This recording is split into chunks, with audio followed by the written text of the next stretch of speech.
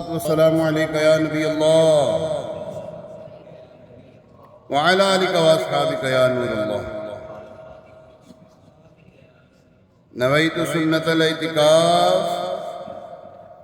پیارے آقا مدینے والے مصطفیٰ صلی اللہ تعالیٰ علیہ وسلم پر درود و سلام پڑھنے کے بے شمار فضائل.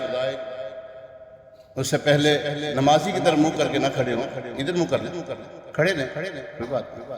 نمازی کی طرف منہ کر کے کھڑا ہونا مکروہ ہے. آپ کی نمازش اللہ پاک کے آخری نبی مکی مدنی عربی قارشی ہاشمی مطلبی صلی اللہ تعالیٰ علیہ وسلم پر درود و سلام پڑھنے کے بے شمار فضائل. فرمایا تم جہاں کہیں بھی ہو تم مجھ پر درود پڑھو کہ تمہارا درود مجھ تک پہنچتا ہے. یہ مطلقاً حکم ہے, جہاں کہیں بھی. اب یہ نہیں کہ بندہ کبھی میں باتھ روم میں بیٹھ کے پڑھ لوں, گناہ ہو جائے گا. ایسی جگہوں پر جہاں پر حرام معاملات ہیں وہاں پر نہیں پڑھیں گے. ہاں تم جہاں کہیں بھی ہو, تم اٹھتے بیٹھتے سوتے جاگتے چلتے پھرتے کام کر رہے ہیں, لیکن کسی کے سامنے نہیں پڑھنا. مال بھی بیچ رہے ہیں, 5,000 روپے کا سوٹے گا جی السلام علیکم یا رسول اللہ صلی اللہ علیہ وسلم, ایویں نہیں کرنا. درود پاک پڑھنا ہے, بڑے اہتمام کے ساتھ پڑھیں.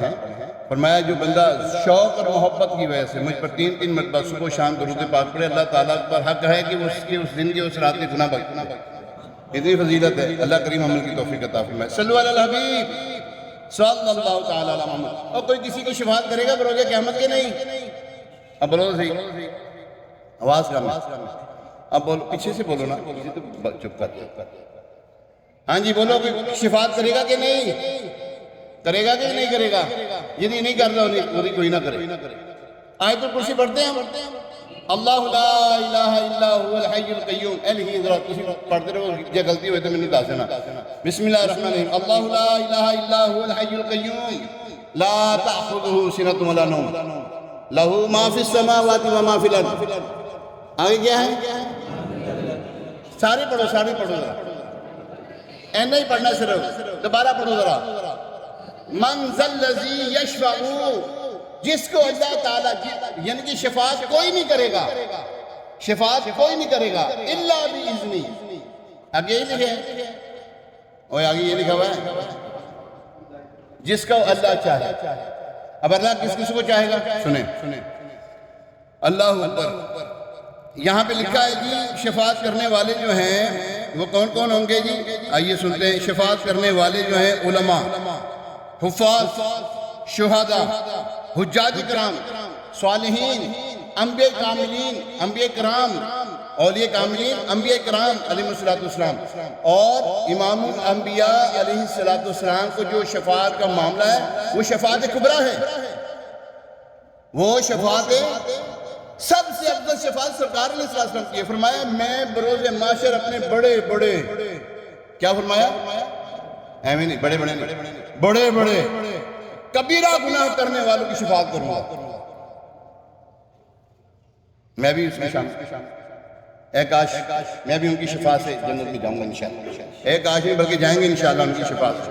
دیکھیں اللہ کی رحمت اور حضور صلی اللہ علیہ وسلم کی شفاعت کے بغیر گزارا نہیں ہے.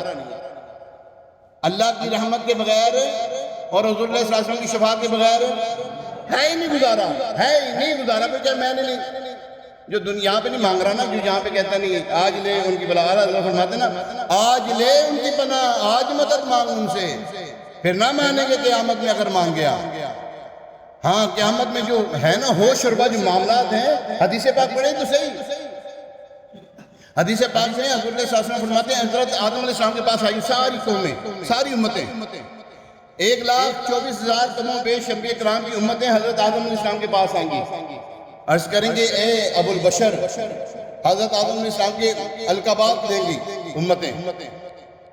آپ فرمائیں گے کیا مسئلہ ہے تمہارے ساتھ, کیا چاہتے ہو ہماری شفاعت کر؟ فرمائے اذهبوا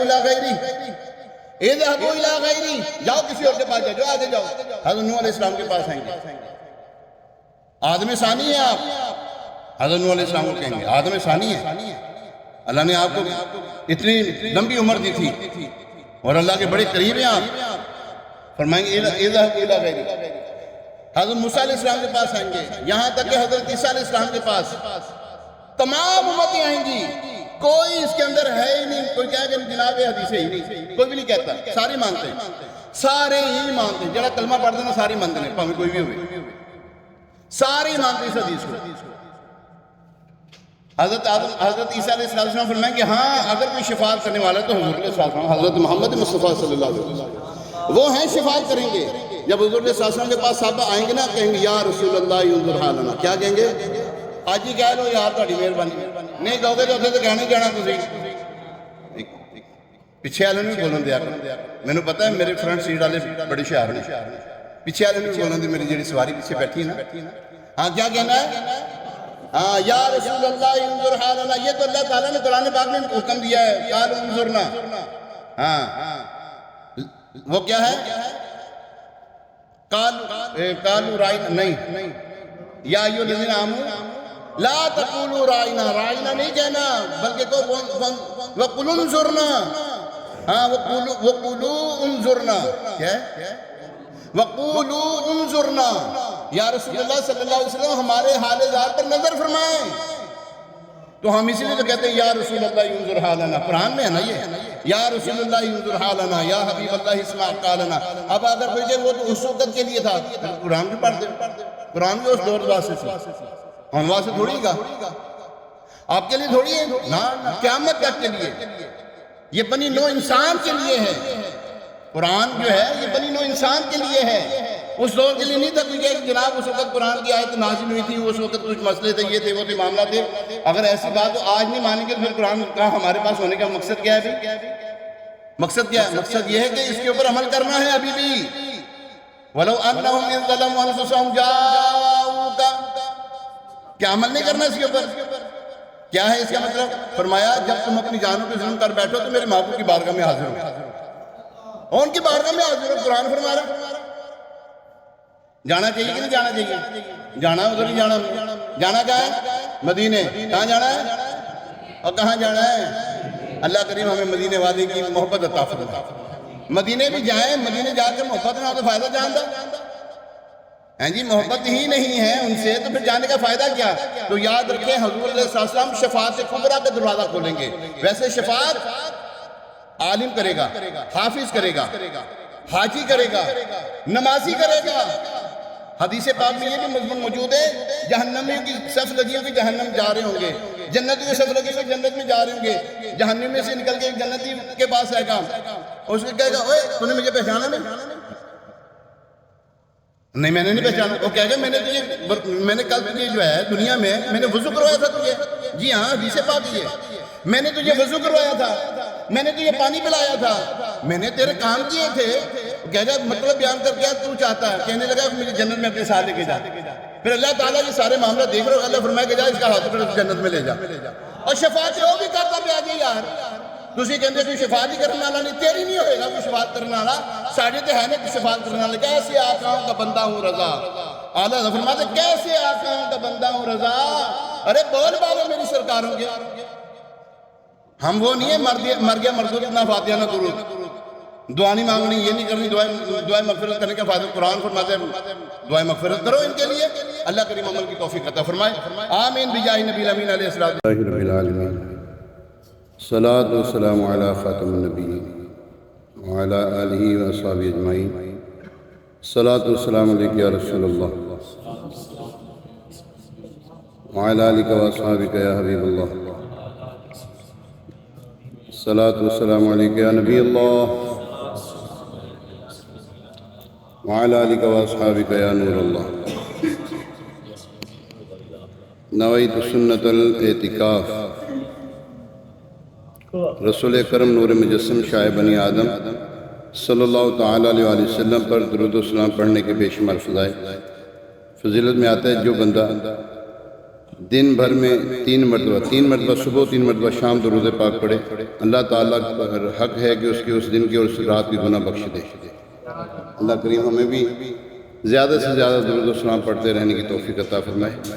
صلو علی الحبیب صلی اللہ تعالیٰ علی محمد وعلی آلہ وسلم. پیارے محترم اسلام, اللہ کریم اپنے محبوب علیہ السلام کی بارگاہ کا ادب سکھاتا ہے. حضور نبی پاک صلی اللہ علیہ وآلہ وسلم کے لیے ایسے الفاظ استعمال کیے جائیں جو ادب میں ڈوبے ہوئے ہیں. ایسے الفاظ اور کوئی ایسا لفظ نہ بولا جائے جس سے مخالف کو حضور نبی پاک صلی اللہ علیہ وآلہ وسلم کی بے ادبی کا موقع ملتا ہو. حضرت جناب سیدنا ابو بکر صدیق رضی اللہ تعالیٰ عنہ کی عادت شریفہ تھی، جب بھی کوئی نیا قافلہ آتا تو مدینہ شریف سے باہر جا کر ان کو حضور نبی پاک صلی اللہ علیہ وسلم کی بارگاہ کے ادب و آداب سکھاتے کہ حضور علیہ السلام کی خدمت میں کیسے حاضر ہونا ہے، حضور علیہ السلام سے عرض کیسے کرنا ہے، اور نبی پاک صلی اللہ علیہ وسلم جو جواب ارشاد فرمائے اس کو من و عن تسلیم کر لینا ہے۔ تو یہ حضرات صحابہ کرام رضوان اللہ عنہم کا ایک عمل مبارکہ تھا۔ جب قرآن پاک کی آیت مبارکہ نازل ہوئی، اے ایمان والو اپنی آوازیں نبی کی آواز پر اونچی نہ کرو، اور ان کے حضور زیادہ بلند آواز سے کوئی بات نہ کہو، جیسے ایک دوسرے کے سامنے بلند آواز سے بات کرتے ہو کہ کہیں تمہارے اعمال برباد نہ ہو جائیں اور تمہیں خبر نہ ہو۔ حضرت شیخین کریمین رضوان اللہ تعالیٰ علیہ مجمعین یعنی حضرت سیدنا ابو بکر صدیق اور حضرت سیدنا عمر فاروق اعظم رضی اللہ تعالیٰ عنہم کا ادب جو ہے وہ آپ ملاحظہ فرمائیں۔ جب یہ آیت مبارکہ نازل ہوئی تو بارگاہ رسالت محمد صلی اللہ علیہ وسلم میں عرض کی، یا رسول اللہ صلی اللہ علیہ وسلم، اللہ کی قسم آئندہ میں آپ سے سرگوشی کے انداز میں بات کیا کروں گا۔ یہ آیت مبارکہ نازل ہونے کے بعد حضرت سیدنا عمر رضی اللہ تعالیٰ عنہ کا یہ حال تھا کہ آپ رضی اللہ تعالیٰ عنہ رسول کریم صلی اللہ علیہ وسلم کی بارگاہ میں بہت آہستہ آواز سے بات کرتے تھے، حتیٰ کہ بعض اوقات حضور علیہ السلام کو بات سمجھنے کے لیے دوبارہ پوچھنا پڑتا، کیا کہتے ہو؟ اللہ اکبر۔ یہ ہے حضرات صحابہ کرام علیہ رضوان کے حضور علیہ السلام کی بارگاہ کا ادب۔ آج اب اللہ تعالیٰ آپ کو مکہ مدینہ لے جائے، آج مدینہ پاک میں یہ معاملہ دیکھا جا رہا ہے۔ وہ آپ نے دیکھا ہوگا کہ وہ رستہ بند ہے نا، وہ روک دیتے ہیں ایک وقت کے لیے نا، جگہ کو بلاک کر دیتے ہیں، اور جب جگہ کھولتے ہیں نا تو لوگ دوڑتے ہیں وہاں پہ۔ مسجد نبوی صلی اللہ علیہ وسلم میں اور حضور علیہ السلام کی بارگاہ میں بلند آوازیں ہو رہی ہوتی ہیں وہاں پہ۔ حالانکہ چاہیے تو یہ تھا جس طرح انہوں نے وہاں پہ اپنی منمانیاں چلائی ہیں، حضور علیہ السلام کی بارگاہ کا ادب بھی سکھا سکتے ہیں۔ جیسے کہتے ہیں نا، ہاتھ اٹھا کے دعا نہ مانگو حضور علیہ السلام کی بارگاہ کی طرف، حضور علیہ السلام کے رخ روشن کی طرف ہاتھ اٹھا کے دعا نہ مانگو، یا ہاتھ باندھ کے کھڑے نہ ہو۔ اس چیز سے منع کرتے ہیں، یہ ادب و آداب سے منع کرتے ہیں۔ ان کو چاہیے تھا کہ یہ ادب و آداب سکھاتے ہیں وہاں پر کہ بارگاہ رسالت صلی اللہ علیہ وسلم کا ادب ہے کیا، لیکن ندارت ایسا نہیں ہے وہاں پر۔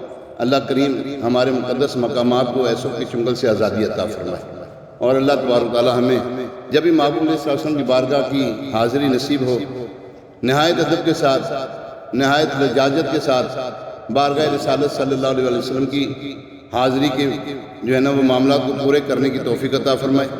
آمین بجاہ نبی الامین علیہ الصلوۃ والتسلیم۔